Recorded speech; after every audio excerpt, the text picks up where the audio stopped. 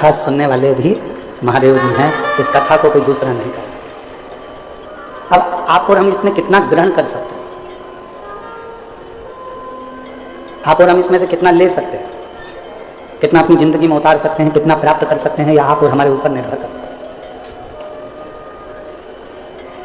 महाराज, ज्ञान की पहचान बहस से होती है। एक सास बहू की आपस में जो बहस चलती है उससे ये पहचान हो जाती है कि बहू में कितना ज्ञान है।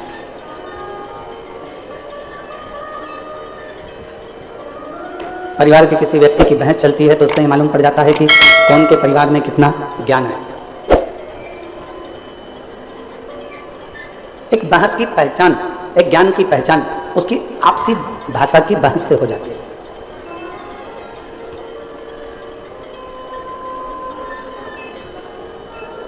आपने कितना ज्ञान है, ये आप किसी से तर्क कर रहे हो, वितर्क कर रहे हो, किसी से बातें कर रहे हो, किसी से बोल रहे हो, बहुत जल्दी पहचान में आ जाता है कि आपके अंदर कितना ज्ञान है, कितना ज्ञान भरा हुआ है, कितना ज्ञान आपके अंतर्गत समाहित है, कितना ज्ञान आपके अंतर्गत है। और यदि इंसान की पहचान करना है तो उसकी पहचान करने के लिए बहुत सारे धन, वैभव, संपदा, सत्ता, दौलत की जरूरत नहीं पड़ती। उसकी वाणी, उसकी बोली उसकी पहचान करा देती है कि उसमें कैसा इंसान है, कैसा व्यक्ति है और कैसा उसका व्यक्तित्व है। केवल वो बोलेगा, केवल उसकी वाणी निकलेगी, केवल उसके शब्द निकलेंगे, केवल वो बोलेगा और उससे उसकी पहचान हो जाएगी कि इसकी वाणी के अनुसार ये इंसान कैसा है। अब उसको परखने की जरूरत नहीं है, उसको बहुत जानने की जरूरत नहीं, उसको बहुत देखने की जरूरत नहीं, केवल उसको उसकी वाणी, उसकी शब्द, उसकी बोली ही उसकी पहचान बता देती है। और शिव महापुराण की कथा कहती है, परिवार की पहचान किसी दूसरी चीज से नहीं होती। घर के संस्कार हमारे परिवार की पहचान बता देते हैं कि हमारा परिवार कैसा है। एक बच्चों का संस्कार। एक प्रसंग याद आता है, और ये केवल कोई कथा नहीं है, ये ओरिजिनल प्रसंग है जिसको हमने अखबार में पढ़ा था। शायद 4-6 साल पुराना हो सकता है।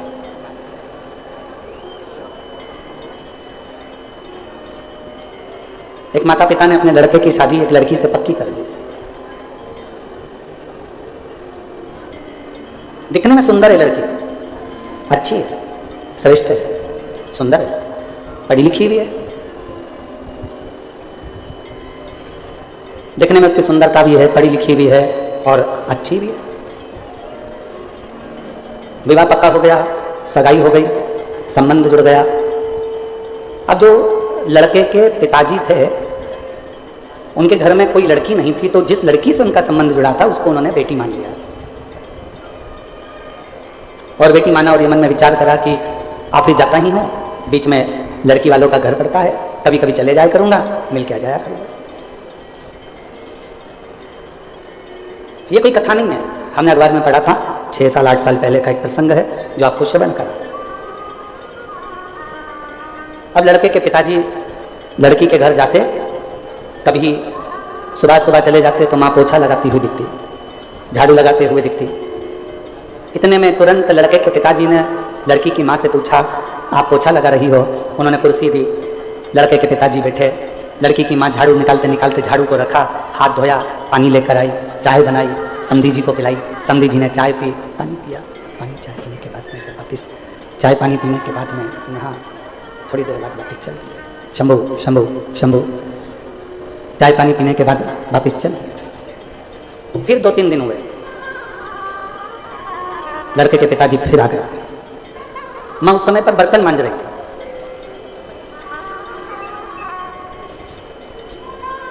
ससुर जी ने पूछा, समधी जी ने पूछा, क्यों साहब समधी जी कहाँ गए? कहा वो काम से गए। बेटा काम से गया, बेटी अंदर है। अच्छा। समधी जी के लिए बर्तन मांजते मांजते छोड़कर फिर वो चाय लाई, पानी लाई, समधन ने चाय पानी पिलाया। समधी जी फिर चले गए। 13 महीने के बाद फिर समधी जी आई। समधन कपड़े धो रही थी, आवाज लगाई, दरवाजा खोला, फिर आए, फिर पूछा सब कहाँ हैं? तो कहा कोई वहाँ, कोई वहाँ, कोई वहाँ। हाथ धोया, पानी लाई, कुछ नाश्ता बना के रखा था, नाश्ता लेकर दिया। 15 दिन के बाद फिर समधी जी आए, सास ने, लड़की की माँ ने फिर वैसा किया सही किया। अब समधी जी ने एक पत्र लिखकर भेजा कि हमारी तरफ से ये रिश्ता कैंसिल करा जाता है, हमको ये संबंध नहीं रखना, हमको ये रिश्ता नहीं रखना। लड़की के माँ बाप ने पूछा, साहब आपका हमारा इतना अच्छा प्रेम है, संबंध है, फिर आप लड़का लड़की का ये संबंध क्यों नहीं रखना चाहते? तो लड़के के पिता ने पत्र भेजकर लिखा, हमें हमारे घर में बहू चाहिए जो अपने माँ बाप का आदर करती हो, वो आदर अपने सास ससुर का करे। अगर माँ घर में बर्तन मांज रही है और बेटी घर में मोबाइल चला रही हो, माँ कपड़े धो रही हो और बेटी लैपटॉप चला रही हो, माँ झाड़ू लगा रही हो और बेटी अपने कमरे में सो रही हो, माँ पूरे घर का काम कर रही हो और बेटी आराम से बैठकर अपने कमरे से बाहर ना निकल रही हो, तो हमको टेबल पर सजाने के लिए गुलदस्ता नहीं चाहिए, हमको बहू चाहिए, हमको बहू चाहिए। खूब पढ़ाओ बेटियों को। यह शिव महापुराण की कथा कहती है, शंकर जी की 6 लड़कियों को शंकर जी ने अलग अलग गुरु के गृह में पढ़ने के लिए भेजा था। शायद दुनिया का पहला पिता होगा जो अपनी बेटी को शिक्षा अध्ययन करने के लिए भेजे थे, वो देवादिदेव महादेव थे, वो भगवान शंकर थे, वो भगवान शिव, वो गर्दानी देवादिदेव महादेव भगवान शंकर थे। खूब पढ़ाओ बेटी को, अच्छी एजुकेशन दिलाओ बेटी को, अच्छा कॉलेज दिलाओ बेटी को, अच्छे स्कूल में पढ़ाओ बेटी को, तुम्हारी कैपेसिटी से ज्यादा अध्ययन कराओ बेटी को। पर निवेदन है, अपनी घर की बेटी को एक संस्कार जरूर देना कि अगर माँ थकी हुई दिख रही हो तो बेटी कहे, मम्मी भले मैं ऑफिस से आई हूँ, तुम बैठो, मैं चाय बनाकर तुम्हारे लिए लाती हूँ और मेरे लिए लेकर आओ। माँ आप रुको, थोड़ा काम मैं करती हूँ, आप बैठे रहो, मम्मी टेंशन मत लो, मैं कर दूंगी ना, हो जाएगा ना, चिंता मत करो, चलो बैठो, पापा चिंता मत करो। जिस घर की बेटी का संबोधन, जिस बेटी के घर के शब्द अपने माँ बाप के लिए इस तरह के निकलते हैं, समझ लेना वो बेटी अपने ससुराल में थोड़ी तंगी में भी अपनी जिंदगी का बसर सही से कर सकती है, कर सकती। थोड़ी तंगाई आएगी, थोड़ी तकलीफ आएगी, पर उसमें भी वो अच्छे से जिंदगी का बसर कर सकती है, जिंदगी श्रेष्ठ जी सकती। आज के जमाने में हम सहनशीलता नहीं दे पा रहे। शिव महापुराण की कथा कहती है, परिवार की सबसे बड़ी पहचान होती है उसके घर के संस्कार। मेरे उगरदानी मेरे शंकर भगवान के परिवार की सबसे बड़ी पहचान है उनके घर के संस्कार। राजा नहुष के घर में तकलीफ आई और शंकर भगवान की बेटी अशोक सुंदरी ने अपने पति के साथ कदम से कदम मिलाकर कार्य करना प्रारंभ किया। शिव जी के दामाद का नाम था राजा नहुष, शंकर जी की बेटी राजा नहुष के साथ ब्याही थी।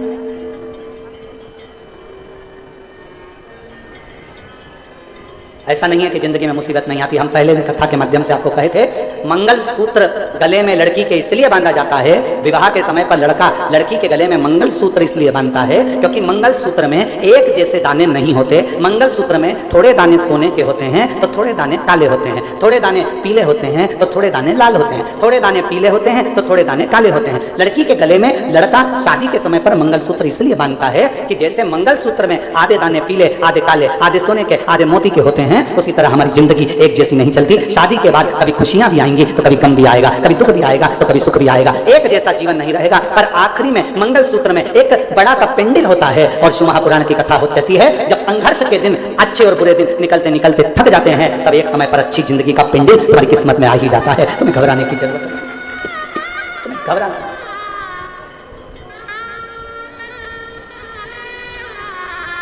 एक अच्छे परिवार की पहचान, एक अच्छे परिवार की पहचान उसके घर के संस्कार से होती है। कैसा संस्कार है उसका, ये उसके घर की पहचान बता देती है।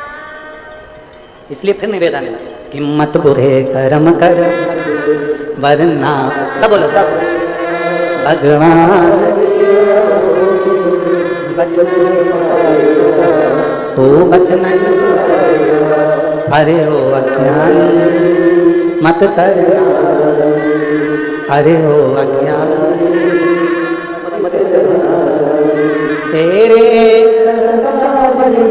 तू ही पाएगा जैसा दिया तूने, तेरे आगे मत बुरे वरना पछताए, भगवान की आंखों से बच तू बच नहीं पाएगा, अरे ओ अज्ञानी मत कर। आप अच्छे परिवार की पहचान बताने का सबसे सुंदर तरीका है आपके घर का संस्कार। आपके घर का संस्कार कैसा? कोई आया, आप खड़े होकर उससे मीठी वाणी में बात कर लिए, जल का पूछ लिए, प्रणाम कर लिए, नमन कर लिए, सत्कार कर लिए, उतने में पहचान हो जाती है कि परिवार कैसा है।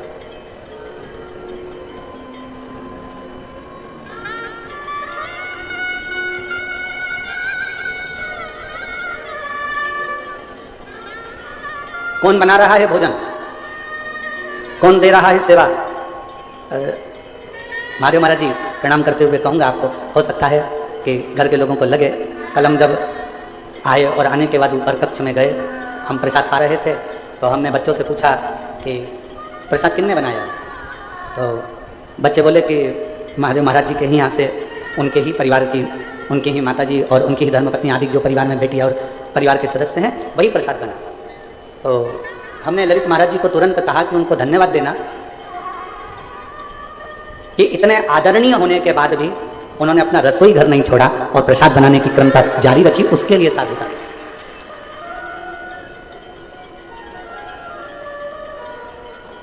अन्नपूर्णा का घर जब अन्नपूर्णा खुद संभालती है ना, अन्नपूर्णा का घर जब घर की माँ स्वयं संभालती है ना, तो उस रसोई घर में रसोई का स्वाद स्वयं अन्नपूर्णा महारानी आकर देना प्रारंभ कर देती है, स्वयं माँ देती है।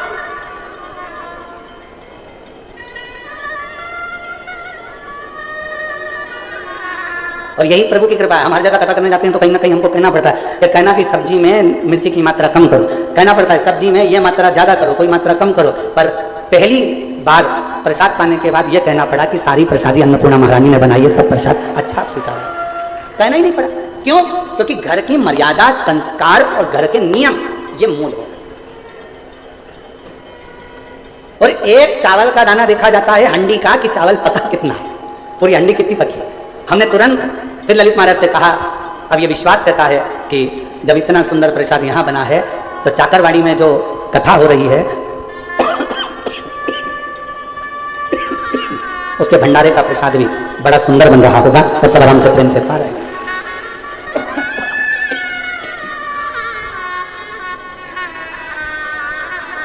ये प्रेम बता देता है, ये आनंद बता देता है। शिव कथा कर रही है, भगवान शंकर का प्लेन प्लेन जा रहा है, एकदम सूखा सूखा माई के गला पकड़ रहा है, शिव कथा कर रही है, भगवान शंकर का चरित्र कर रहा है, शिव तत्व कर रहा है, शंकर की कथा कर रहा है। आपके घर के संस्कार बता देते हैं कि परिवार कैसा है, आपकी बोली बता देती है इंसान कैसा है, आपकी बहस एक दूसरे के प्रति तानाकसी बता देती है कि आपका ज्ञान कैसा है।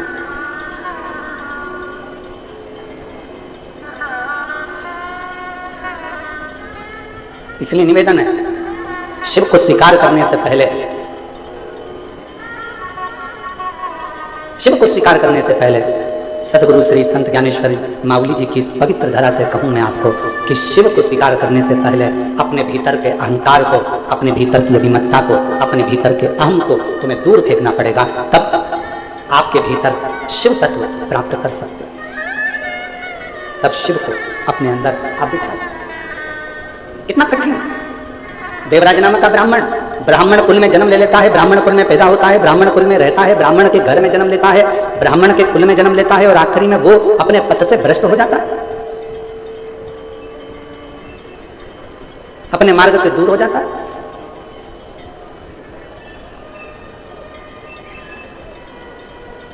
जरूरी नहीं है एक साधारण से परिवार में, चर्मकार जी के घर में भी एक बालक जन्म लेते हैं संत श्री रविदास जी महाराज, चमड़े का जूता बनाते बनाते भी संतों की श्रृंखला में प्रथम गिनती में आ जाते हैं, वो संत श्री रविदास जी हो जाते हैं। नामदेव जी महाराज, संत तुकाराम जी महाराज, मुक्ताबाई, रामकृष्ण परमहंस जी, चैतन्य महाप्रभु जी, सबके चरित्र का स्मरण तो करिए। संत श्री नामदेव जी महाराज को एक बार रोक लिया गया, कीर्तन कर रहे थे, विठल विठल विठल विठल लगे हुए, अपनी बकरी में अलमस्त नामदेव जी महाराज राम कृष्ण हरि जय राम कृष्ण राम कृष्ण राम कृष्ण हरि जय राम कृष्ण हरि राम कृष्ण हरि जय राम कृष्ण हरि राम कृष्ण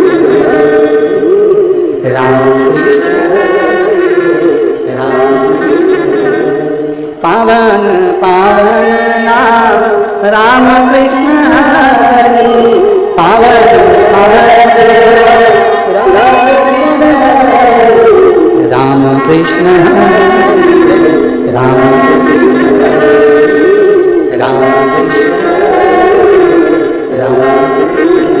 नामदेव जी महाराज अपने कीर्तन में डूबे हुए थे।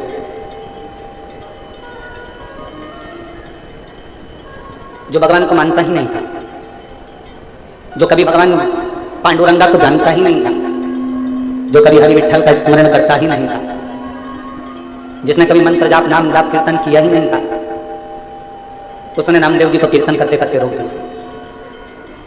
एक बार रोका, नामदेव जी महाराज नहीं रुके, वो अपनी मस्ती में गुनगुनाते रहे, राम कृष्ण राम कृष्ण राम कृष्ण हरि जय राम कृष्ण हरि जय राम कृष्ण राम कृष्ण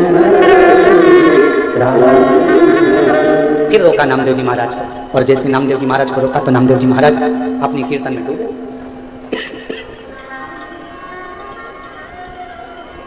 बार बार नामदेव जी को रोका जा रहा, नामदेव जी महाराज रुकते हैं, फिर रोका, फिर नहीं रुके। आखिरी में नामदेव जी महाराज थोड़ी देर स्तुप्त होकर खड़े हो गए, हाथ में वीणा और करताल।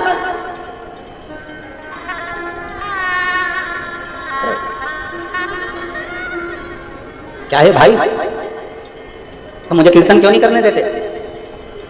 मेरे कीर्तन करने से तुम्हें तकलीफ क्या है? मेरे कीर्तन करने से तुम्हें कष्ट क्या है? नामदेव जी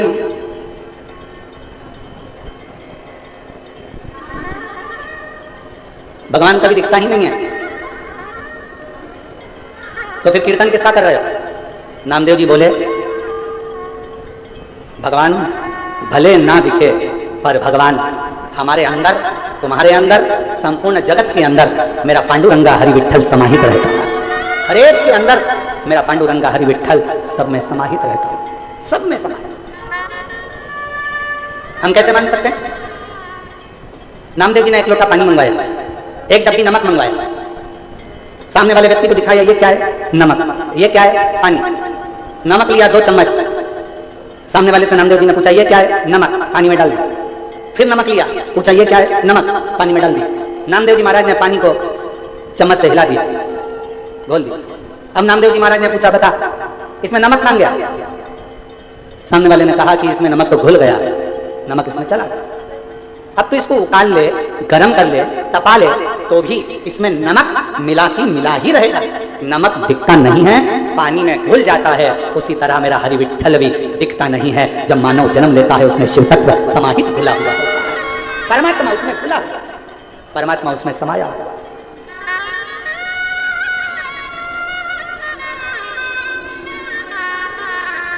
और उस परमात्मा को जानने के लिए कुछ नहीं करना, हमें देखना नहीं है, परमात्मा को महसूस करना।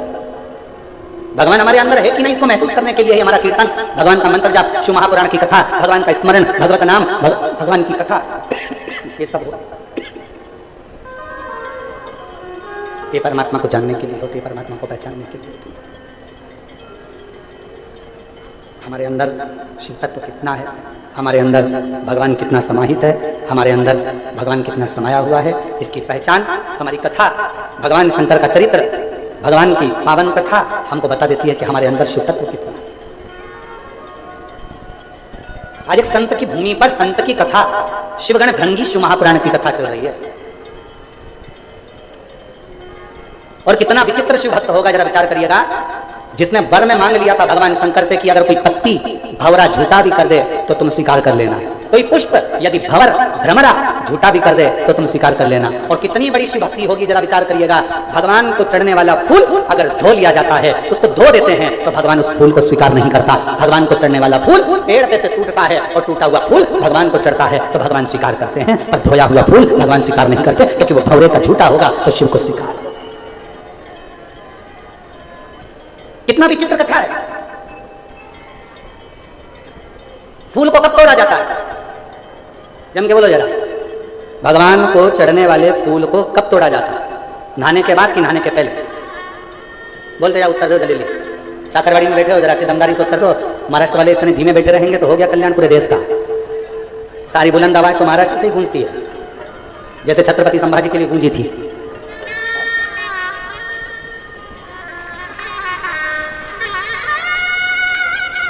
बोल बम का नारा है, आवाज नहीं है, दमदारी से बोलो, बोल बम का नारा है, सारी समस्या का हल श्री शिवाय। भगवान के लिए फूल कब तोड़ा जाता है, नहाने के बाद कि नहाने के पहले? ठीक है।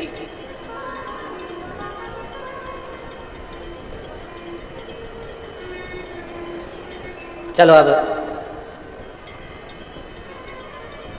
पुष्प शिव महापुराण की कथा बाची थी, किन किन ने सुनी थी?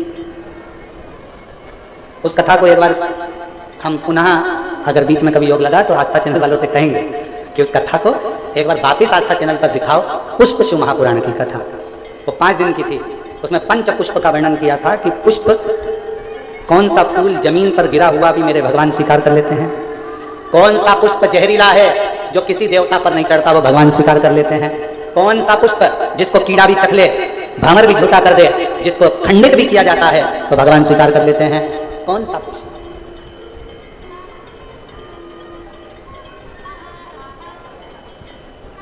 कौन सा पुष्प? शिव कथा कर रही है। भंवर का झूठा, भंवरे का झूठा स्वयं भृंगी ऋषि ने, भृंगी बाबा ने भगवान शिव से अगर कोई वर मांगा था तो यही मांगा था कि भंवरे का झूठा भी अगर कोई पुष्प है, भ्रमर का झूठा भी है, और कोई स्नान करा नहीं करा, कोई नहाया नहीं नहाया, और हे देवादिदेव महादेव, उसने अगर तुम्हारे लिए डाली में से पुष्प को चुन भी लिया ना तो उसके पुष्प को आप स्वीकार जरूर करना। शंकर ये नहीं देखते कि तुम स्नान कर कर पुष्प तोड़े।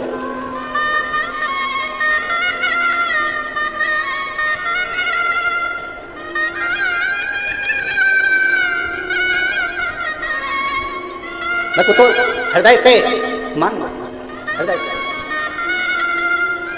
हे त्रिपुंडधारी, हे त्रिशूलधारी, हे त्रिपुंडधारी,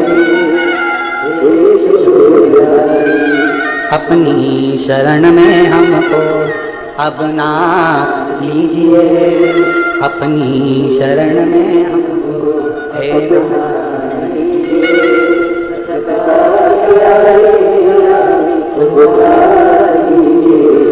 उद्धार कीजिए, हे त्रिपुंडधारी, हे चरणों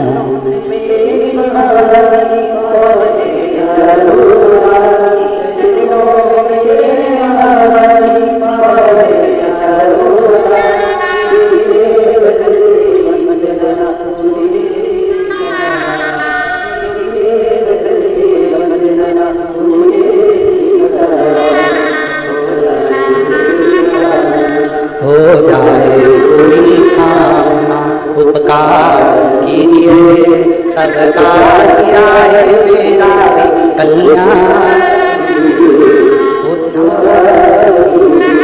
हे त्रिपुंडधारी, हे त्रिशूलधारी। भगवान ये कभी नहीं देखता कि तुम स्नान कर कर पुष्प तोड़े कि स्नान के बाद पुष्प तोड़े। भगवान ये देखता है कि तूने मन कितना पवित्र रखा।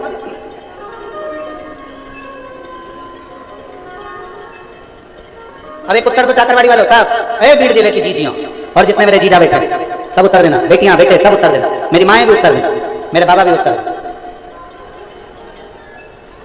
मरने से पहले भगवान का नाम लेना जरूरी है कि नहाना जरूरी है? मरने के पहले, मैं मरने की बात नहीं पूछ रहा, मरने के पहले भगवान का नाम लेना जरूरी है कि नहाना जरूरी है? चलो बोलो जल्दी बोलो, भगवान का नाम लेना जरूरी है। अब तुम्हारे पास में दो ऑप्शन सजाएं कि नहीं बहुत बदबू आ रही है, पहले मैं नहा लूँ फिर मरूंगी, राम नाम बाद में लूंगी, कृष्ण नाम बाद में लूंगी, शिव नाम बाद में लूंगी, भगवान का नाम बाद में नहीं।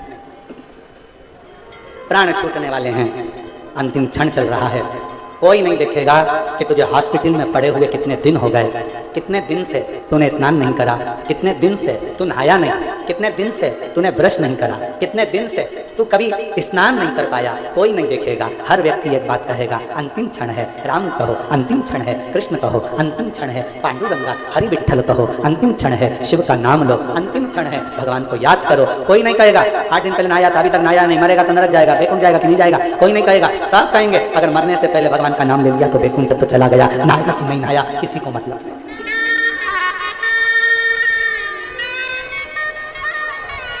कोई नहीं जानता,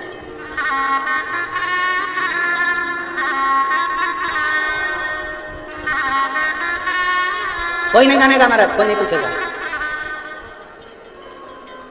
यहां सब शिव के होकर शिव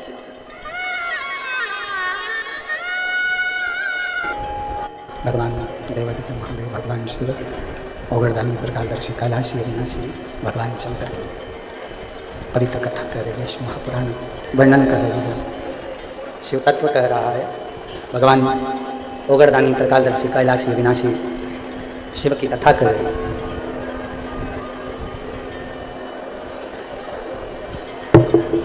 हरि विठ्ठल, पांडुरंगा, शिव, नारायण आप में और हम में सब में समाये, कोई विभाजन नहीं है। देवराज नामक का ब्राह्मण कुल में जन्म लेने के बाद भी शिव को नहीं जानता। मृत्यु लोक में अगर आपका और हमारा जन्म हुआ है और हम शंकर को नहीं पहचान पा रहे तो समझ लेना कि हमको फिर ना जाने कितने कितने जन्म लेना पड़ सकते हैं, कितने जन्म। और जिसने जान लिया भगवान शंकर को, एक पत्र अच्छा है देखिए,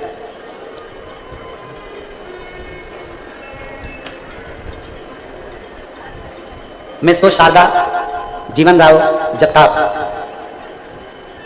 बैंक कॉलोनी, माजलगांव, तहसील माजलगांव, जिला बीड़, महाराष्ट्र। कहीं बैठी हो तो हाथ हिला सकती हैं, अगर कहीं बैठी हो तो हाथ हिला सकती हैं। मैं सो शारदा जीवन राव जगताप, बैंक कॉलोनी, माजलगांव, तहसील माजलगांव, जिला बीड़, महाराष्ट्र। मेरा मोबाइल नंबर ये है, कहीं बैठी हो तो हाथ हिला सकती हैं, बैठी हैं हाथ हिला देंगे। और अगर साथ में बच्चे आए हों तो उनको लेकर आ सकते हैं। मेरा एक बेटा था, 2 बेटियां हैं। मेरा 22 साल का लड़का जो 13/1/2023 को मेरा 22 साल का लड़का कार के एक्सीडेंट में मर गया। जब मेरा 22 साल का लड़का कार दुर्घटना में चला गया, मैं टूट गई। हम पति पत्नी दिन रात रोते रहते, आंखों से आंसू बहते रहते, इतना दुख था कि हम वर्णन नहीं कर सकते। गुरुदेव, एक दिन मेरी बहन की बेटी ने बताया कि परभणी महाराष्ट्र में संजय भाऊ जाधव की कथा करा है, शिव महापुराण की कथा है। ऐसा सुना है कि पंडाल में बैठकर जो मांगा जाता है भगवान शंकर वो देता जाता है। जाधव जी ने 5 दिन की कथा करवाई है, कहीं योग बना है परभणी का, चलो तुम भी उस कथा में चलो। पति पत्नी कथा में पहुंचे, पंडाल में कहीं जगह नहीं थी, बाहर बैठ गए, कथा सुनते, विनती करते, रोते रहते। मेरी बहन की लड़की से मैंने कहा कि वो सीवर वाला महाराज क्या करेगा, शिव पुराण भी क्या करेगी, क्योंकि 22 साल का लड़का चले गया, मेरी 2 लड़कियां हैं, पर अब तो मेरा रजस वाला धर्म भी नहीं आता, अब मैं रजो भी नहीं होती, अब मेरा रजो धर्म खत्म हो गया, और रजो धर्म खत्म हुए भी कई साल हो गए, तो अब ना तो शिव पुराण कुछ कर सकती है, ना वो सीवर वाला महाराज कुछ बता सकता है, क्या करें। मेरी बहन की बेटी ने कहा पाऊ तो मौसी आप बैठो, कथा सुनो, वहाँ की मिट्टी को अपन उठा लाएंगे। पंडाल की मिट्टी नहीं होती, वहाँ इतने लोग शिव शिवाय नमस्तुभ्यम का जाप करते हैं, वहाँ की मिट्टी भी पवित्र हो जाती है। वहाँ की मिट्टी को अपन उठा लाएंगे, कंकर शंकर पूजन करेंगे, सीहोर चलेंगे। हमने परभणी महाराष्ट्र की कथा सुनी, वहाँ की मिट्टी को ले गए, पार्थिव शिवलिंग का पूजन करते, सीहोर गए, कंकर शंकर पूजन करी, बाबा से विनती करी, बाबा कुछ तो कृपा करो। डॉक्टरों को दिखाया, डॉक्टर कहते हैं अब तुम कभी मां नहीं बन सकती, तुम्हारा रजो धर्म नहीं आता, पर बाबा तो बाबा है गुरुदेव, हमें क्या मालूम था कि पंडाल में कथा सुनने का फल का इतना होता है। खूब रोती थी पंडाल में बैठकर। मेरा 22 साल का लड़का चले गया, 22 साल का लड़का चले गया, तो कुछ भी कर, मेरा लड़का मुझे दे दे। मैंने 1 बार नहीं 2 बार पशुपति व्रत करे, और हर बार एक की बात कहती। वो सियोर वाला महाराज छाती ठोक कर कहता है कि तू देता जरूर है, तू खाली नहीं रख सकता। मैंने 2 पशुपति व्रत करे हैं, मुझे तू वर प्रदान कर। बाबा 2 बार आंकड़े की जड़ बांध ली, कुछ तो कृपा कर। 2 बार सियोर आ गई, बाबा ने ऐसी कृपा करी कि मेरा गर्भ बिना रजो धर्म के ठहर गया और बाबा की कृपा से मुझे 2 बेटों ने जन्म लिया। मेरे गर्भ से 2 बेटों ने जन्म लिया और बाबा डॉक्टर भी आश्चर्य में है कि ये कैसे हो सकता है। मेरे बाबा 22 साल का एक लड़का गया था, आज मेरे कुबेर भंडारी ने मुझे 2 लड़के दे दिए और उन दोनों का फोटो मैं लगा रही हूँ, दोनों का फोटो लगा रही हूँ, आप देख सकते हैं। और अगर बच्चे आए हों तो बच्चों को लेकर आप लोग LED पर दोनों बच्चों का फोटो आस्था चैनल पर देख सकते हैं, LED पर देख सकते हैं। और तेरी कृपा का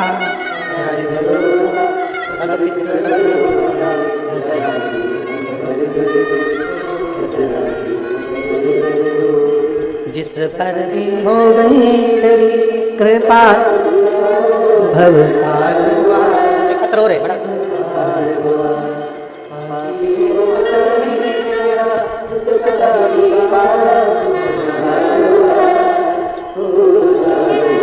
सुप्रिया संतोष के कान, पुणे की रहने वाली हूँ, बाबा को प्रणाम करती हूँ। कहीं बैठी हो तो पुणे से आई हैं, कहीं बैठी हो हाथ हिला सकती हैं। पुणे से संतोष के कान, पुणे से कहीं बैठी हो तो हाथ हिला सकती हैं।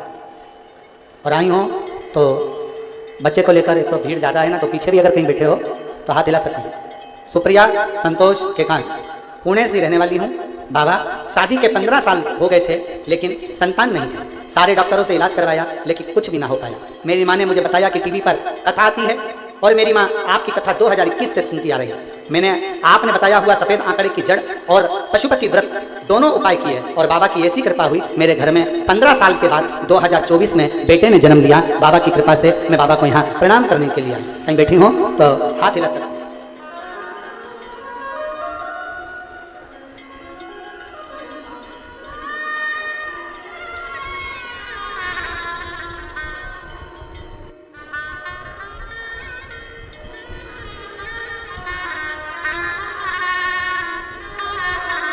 मेरा नाम नंदा चांगदेव, समाज से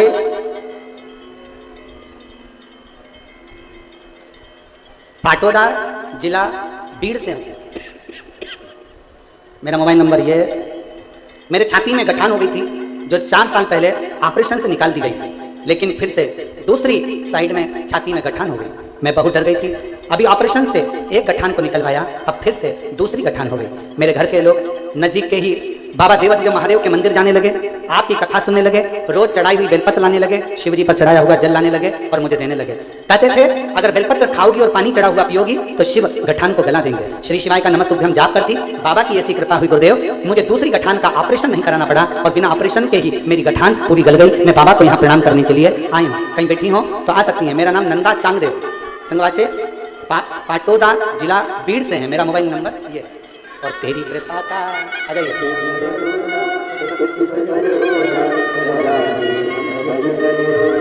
चरासी हम पर जिस पर भी हो गई तेरी कृपा करुणा वो पापी हो चाहे कितना उसका भी बाबा उद्धार जामिन गणिका जैसे तेरे मन को जरासी हम तेरी कृपा कब किस पर जरासी। भगवान देवादिदेव महादेव से भी प्रार्थना करी जाए, निवेदन करा जाए, जो उससे विनय करी जाए, विनती करी जाए, उससे कहा जाए, वो सुनता है, श्रवण करता है। आप दिल से उसको करिए, दिल से उसको प्रार्थना करिए, दिल से निवेदन करिए, सुनेगा।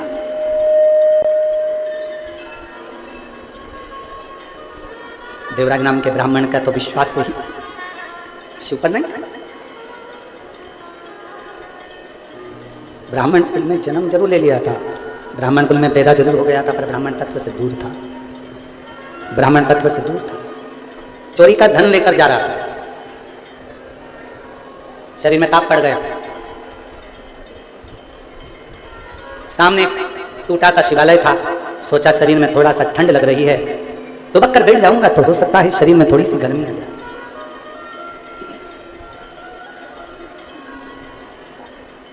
एक दीवाल का सिरा न लिया और दीवाल की आड़ कर कर एक दीवाल का लेकर दीवाल की आड़ कर कर बैठ गया। दीवाल सब शरीर कांप रहा, शरीर कांप रहा।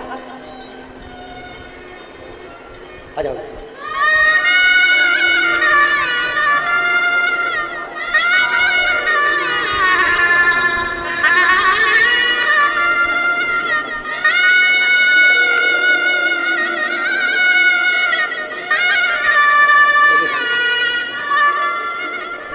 छाती में एक गठान पहले हुई जिसका ऑपरेशन करवाया, दूसरी गठान फिर हुई। शिव पर भरोसा कर कर बेलपत्र और शिव का चढ़ा हुआ जल पीना प्रारंभ करा। ऑपरेशन की जरूरत नहीं पड़ी, दूसरी गठान अपने आप गल गई। ये शिव की उदाहरण था। एक बार जोरदार ताली बजाएं। शिव तत्व, शिव कथा कर रही है। प्रेशर बढ़ाओ, प्रेशर नहीं आ रहा, गला पकड़ रहा है।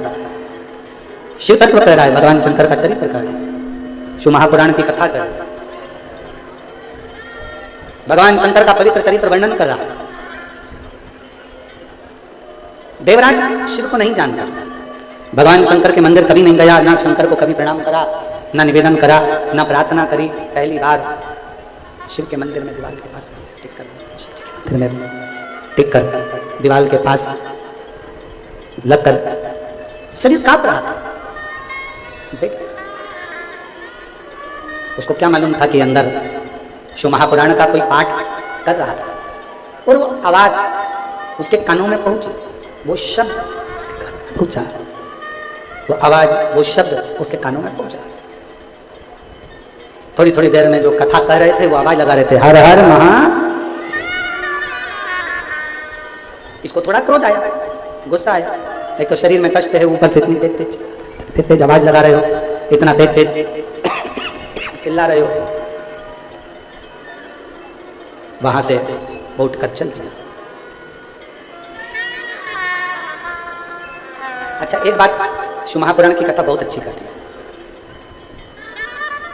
आ जाओ।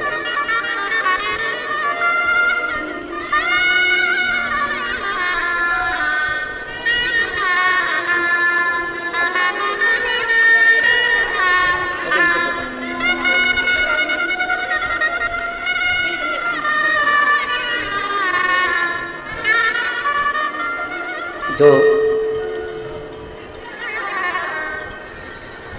22 साल का जो लड़का चले गया था, उनकी मौसी हैं और जिन्होंने परवणी में कथा सुनवाई थी और बाबा की कृपा से 2 बेटों ने जन्म लिया था। एक बार जोरदार ताली बजाएं। शिव तत्व शंकर की कथा, उनकी करुणा, उनकी दया कृपा। शिव कथा कर रही है, भगवान शंकर का चरित्र कर, शिव महापुराण की कथा कर।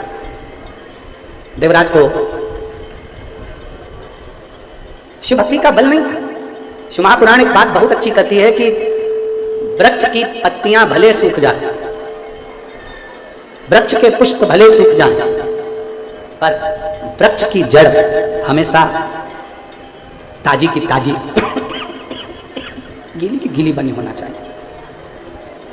यदि वृक्ष की जड़ गीली रहती है, ताजी रहती है, और वृक्ष की जड़ अगर नहीं सूखती है तो पत्ती हो चाहे फूल हो, वृक्ष की जड़ के कारण वो पत्ती और फूल वापिस वैसे की वैसे ही हो जाते हैं। शिव भक्ति, भगवान शंकर की कथा भी कुछ ऐसा ही वर्णन करती है। बीड़ जिले में कितने सारे लोग रहते होंगे, चाकरवाड़ी के आसपास में कितने सारे लोग रहते होंगे, कितने सारे जीव रहते होंगे, पर क्या सब शिव महापुराण की कथा तक पहुंच सकते हैं क्या? जम के बोलो जरा। नहीं। क्या सब शिव महापुराण तक आ सकते हैं क्या? नहीं। वही पहुंच पाता, वही शंकर की कथा तक, शिवालय तक, संत तक, गुरु तक वही पहुंच पाता है जिसके हृदय में शिव भक्ति की जड़ हमेशा ताजी की ताजी बनी रहती है। वो कभी सूख नहीं, वो शिव तक पहुंच जाता, शंकर तक पहुंच जाता।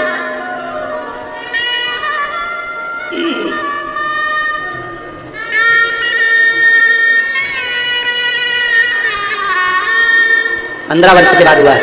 एक बार जोरदार ताली बजाओ।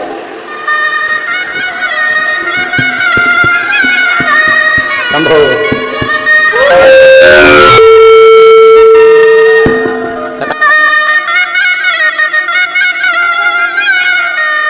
कथा करेंगे पक्का है। और तेरी कृपा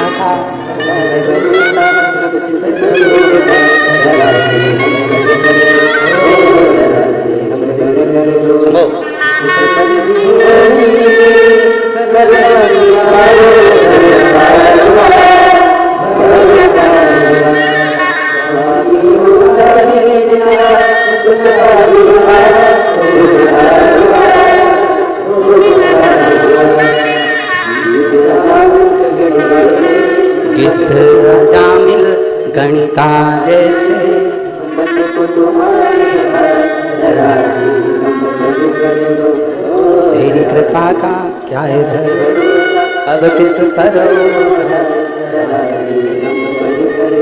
शिव तत्व कहता है। अगर कभी पूर्व का कोई हमारा और आपका संग रहा हो, कोई पूर्व का शिव और आपका संग रहा हो, तो वो संग एक ना एक दिन शिव भक्ति में दृढ़ता उत्पन्न कर देता है, शिव भक्ति में दृढ़ता दे देता है।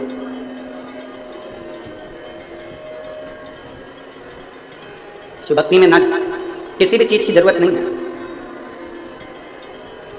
दुनिया के लोग अगर आपसे कह दें कि शंकर जी की भक्ति करने के लिए ये चीज चाहिए, तो नहीं चाहिए। शिव भक्ति में सबसे ज्यादा जरूरी है तुम्हारा मन, दिल, हृदय और आपके भीतर का विश्वास।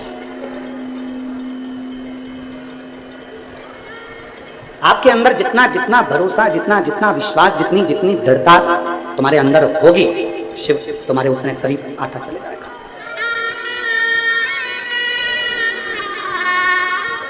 इंसान का जन्म हर घर में होता है।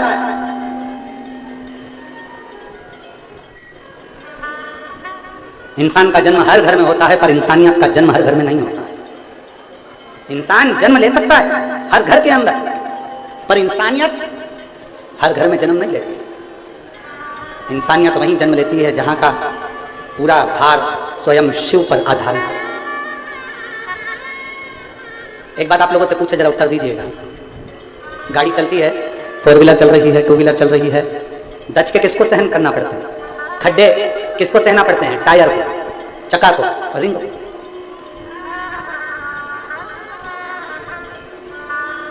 जितने दचके आएंगे, जितने खड्डे आएंगे, वो चक्के को सहना पड़ रहा है, टायर को सहना पड़ रहा है, क्योंकि उसको चलना है, मंजिल तक पहुंचना है।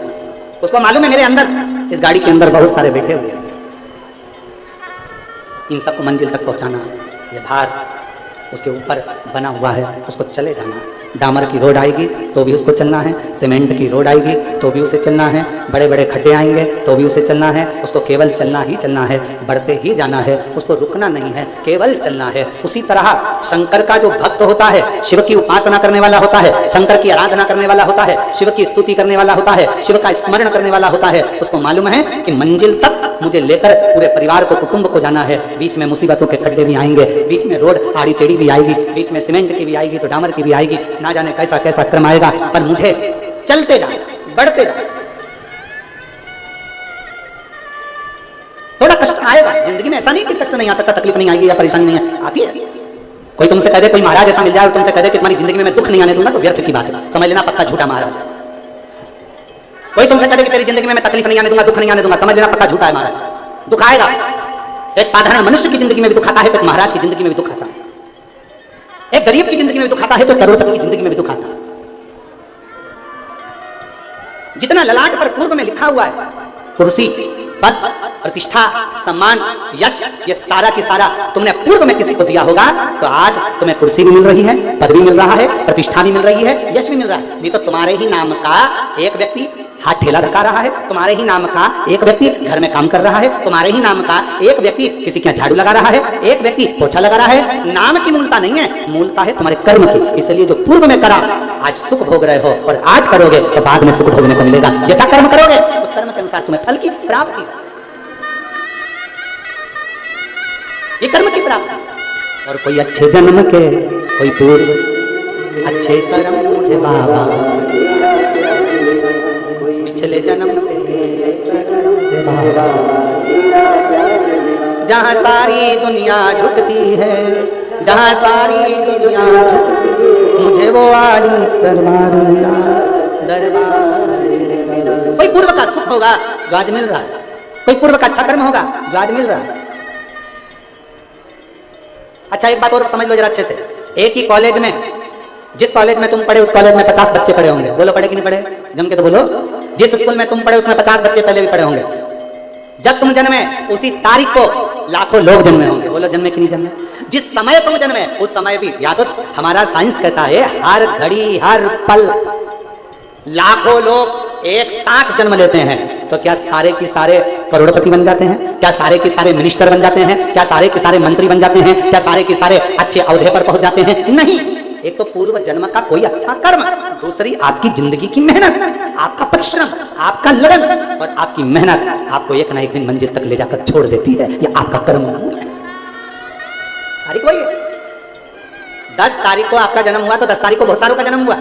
15 तारीख को आपका जन्म हुआ तो 15 तारीख को बहुत सारों का जन्म हुआ। 16 तारीख को आपका जन्म हुआ तो 16 तारीख को बहुत सारों का जन्म हुआ। 17 तारीख को जन्म हुआ तो 17 को बहुत सारे हुए। तुम 9:15 पे जन्मे तो 9:15 पे ना जाने कितने बच्चे और जन्मे। सबका भाग्य एक जैसा नहीं हो सकता, सबका कर्म, सबकी लगन और सबका प्रारब्ध अलग अलग है। इसलिए फिर निवेदन है,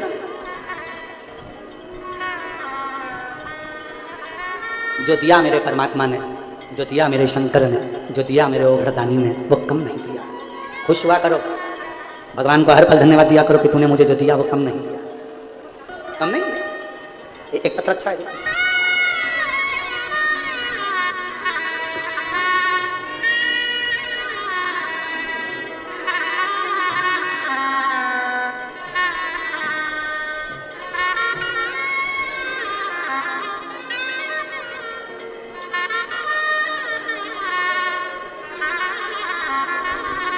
मेरा नाम सोमंगल सुधीर जोशी है, ग्राम अकोला देव जालना की निवासी हूँ।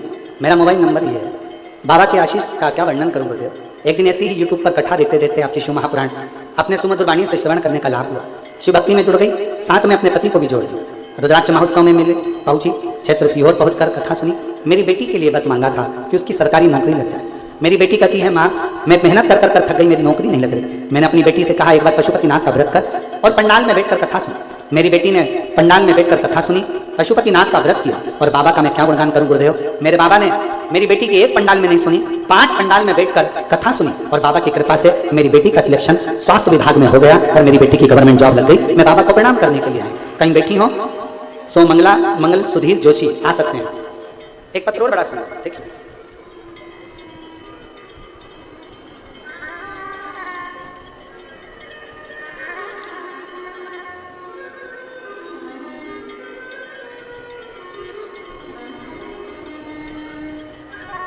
श्रद्धा सुबोध थिंगले, मैं बीड़ की रहने वाली हूँ। कहीं बैठी हो तो हाथ हिला सकती हूँ। श्रद्धा सुबोध थिंगले, मैं बीड़ की रहने वाली हूँ। कई वर्षों से मुझे संतान प्राप्ति नहीं हुई। मैंने बहुत कोशिश करी, तब डॉक्टरों को दिखाया, कोई रिजल्ट नहीं आया। तब मेरी माँ ने आपके बारे में बताया। पहले तो मैंने अपनी माँ को मना करा कि मुझे फालतू काम अच्छे नहीं लगते, ये कथा मथा मेरा मन नहीं करता, मैं नहीं सुनी। मैंने कथा नहीं सुनी। दूसरी बार मेरी माँ ने फिर कहा तू एक बार कथा तो सुन। तभी भी मैंने गुरुदेव आपको बहुत कुछ कहा कि मुझे इन सब चीज़ों में रुचि नहीं है, मैं इन सबको नहीं मानती, मैं नहीं जानती। फिर मेरे पति से मैंने कहा कि मम्मी का फोन आ रहा है आई का, पर हमेशा कथा सुनने का बोलती है, क्या अपन कथा सुने। दोनों पति पत्नी ने विचार करा, कथा सुनना प्रारंभ करी और बाबा पे भरोसा कर कर हम बाबा से प्रार्थना करते मंदिर जाना चालू कर दिए। 1 लोटा जल चढ़ाने लगे और बाबा से प्रार्थना करने लगे। आपकी कथा